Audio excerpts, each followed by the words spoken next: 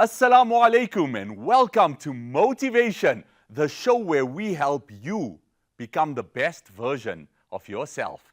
My name is Mohammed Kesem and thank you for joining us on this incredible 12-part series where over the next 12 weeks I am going to teach you methods, pillars, and habits to become the best versions of yourselves.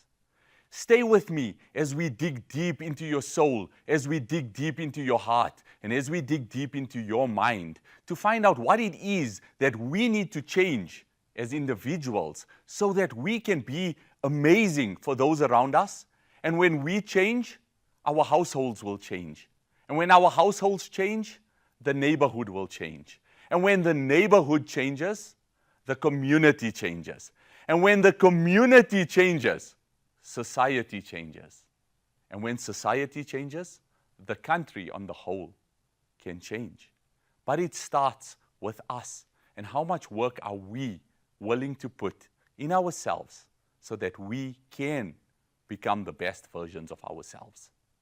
The name of the series is MPH, Methods, Pillars, and Habits. But when we think of MPH, we think of miles per hour, speed, flying down the highway. That is exactly what's going through our mind when we think about miles per hour. And that is exactly what is happening with life. It is flying by in an instant.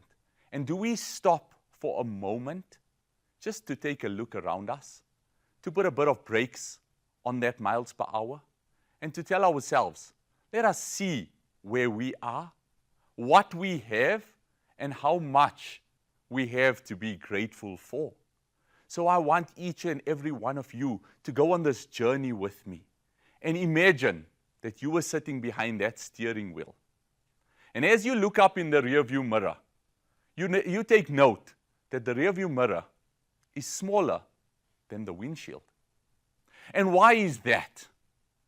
It's not as important as the windshield, that's for sure.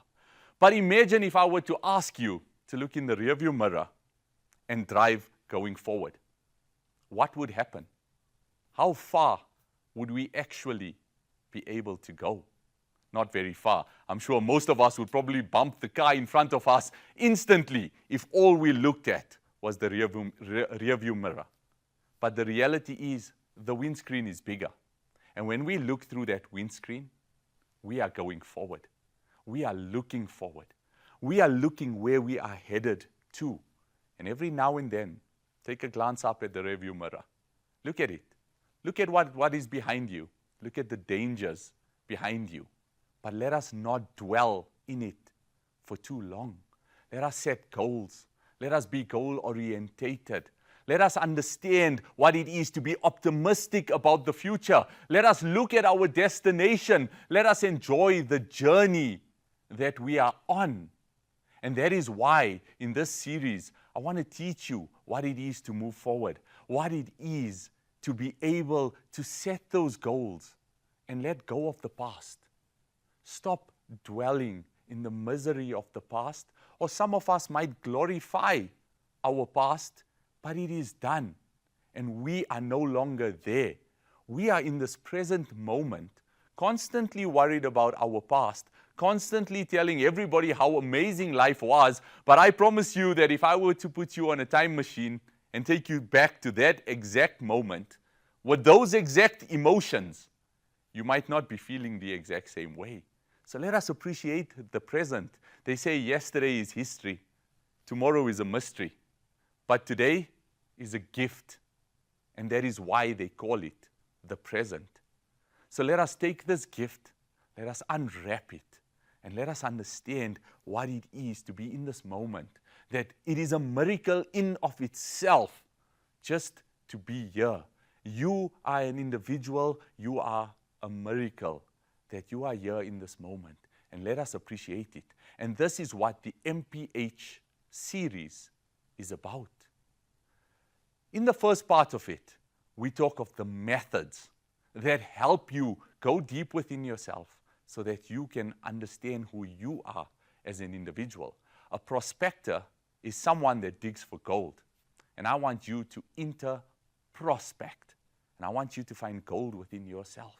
I want you to look within yourself and see that shiny gold, that value, that worth, and increase your self-worth to a point that you believe in yourself, that you are capable, that you become an optimistic individual, that positivity flows through your veins, and that anyone that comes into your presence can feel that positivity vibrating through you. Anyone that comes in your presence is able to feed from you and walk away as a positive individual. And the first method that I want to talk to you about today is what I like to call the bullet method. Now, a bullet can be something that is very dangerous. And if put into a gun and the trigger is pulled, the bullet will fire and it can take the life of an individual. Now, I know we're talking of it metaphorically, but metaphorically, it can take the life of those that come into contact with you as well, by you draining their energy, by you pulling their energy out of them, by you yourself draining yourself just because of this bullet. And what does it mean? How does a bullet work? There is a shell, and there's the head of the bullet. And inside that shell is gunpowder. And the gunpowder is crammed into this bullet, and the head of the bullet is fitted on. The bullet then goes into the chamber of the gun, and the gun is cocked, and the hammer falls back. And there's a trigger, and that's a very important word. There's a trigger that sits on this gun that, when pulled, fires the hammer down, creates a spark on this bullet, and that spark ignites the gunpowder, which then sends the bullet shooting out of the gun. And that could be damaging to anybody. But imagine we were to empty the gunpowder from this bullet and put it into any gun and pull as many triggers as you'd like to pull. That bullet would not go off. And that bullet could not harm anyone. So inside of each one of us sits a lot of gunpowder. Inside of each one of us is the hurt, the pain, the disappointment, the despair that life has given us. And we sit and we wonder why every small trigger makes us explode. Why every small trigger, no matter what the circumstances are making us feel a certain way. Because we are filled with tons of gunpowder inside of us. And when we look at this gunpowder, we start asking ourselves crazy things, because this gunpowder is clouding our mind. It's clouding our heart. It's clouding our vision. It's blocking our ears from seeing or accepting anything else. So we need to learn to empty this gunpowder out. And there are many ways to empty it out, but I just want to share with you a few ways today that could help you empty your gunpowder out, so that no matter how many times someone tries to trigger you, you will not explode.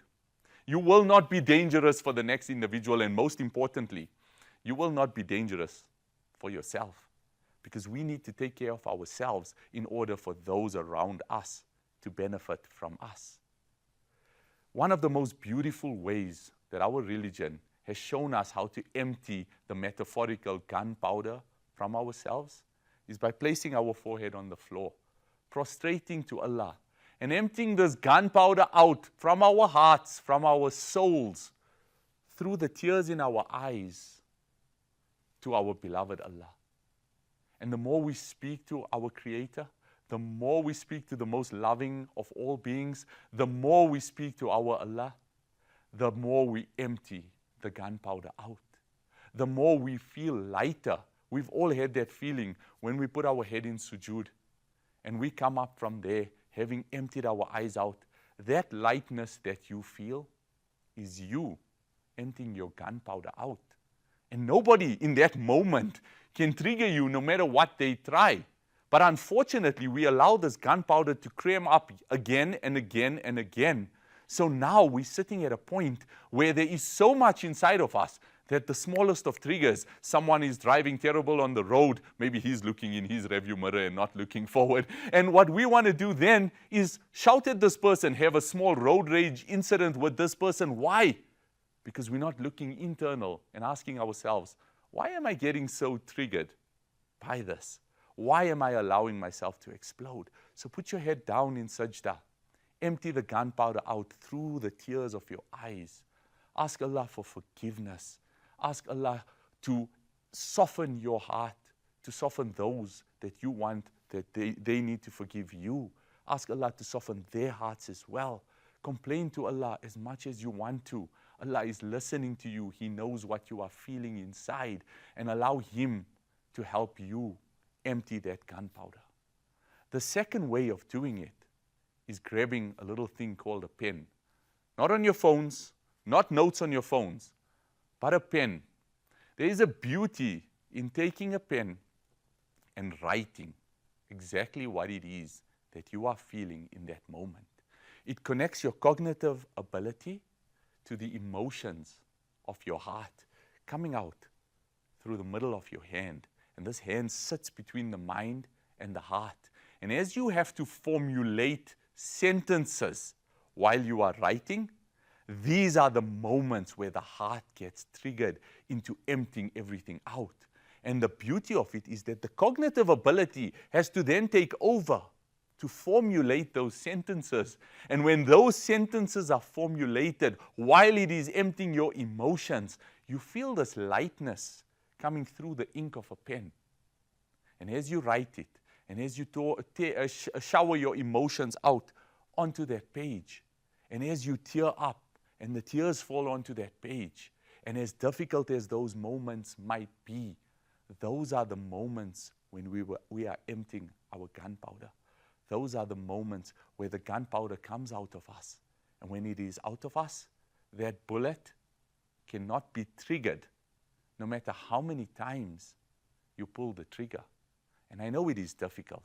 I know in order to do these things, we have to step out of our comfort zone. And the comfort zone is something that we all love. It is something that we all want to go towards and remain in all of the time. But as I've said time and time again, the comfort zone is like a rose that is put into a glass of water. And it will remain beautiful for a week or two. But immediately after that, that rose dies. And when that rose dies, this is the comfort zone. It is beautiful for a moment, and after that, the comfort zone shrinks on you. When the comfort zone shrinks on you, that is the feeling when the gunpowder is being compressed into that bullet. That is the feeling that we have inside where we are about to explode, and those are the moments when you put your head down in sajda and you empty that gunpowder out through the tears of your eyes. And those are the moments where you grab that pen and you write exactly how it is you feeling. And if you don't want anyone to find what you are writing, no problem. Take that paper, tear it up, throw it away, get rid of it. But don't allow it to go back inside of you.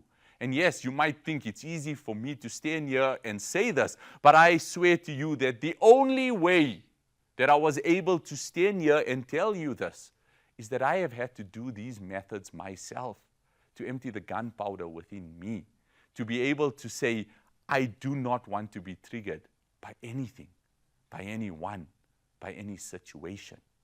There's an old Japanese proverb that says, you cannot let the birds of doubt fly over your head. You have no control of that. They will fly over your head, but you are in control if you let them settle in your head and nest there. So let them fly over and let them hover over your head. Let those birds of doubt be there. But don't ever let it settle, and don't ever let it nest. This is motivation, and let me motivate you.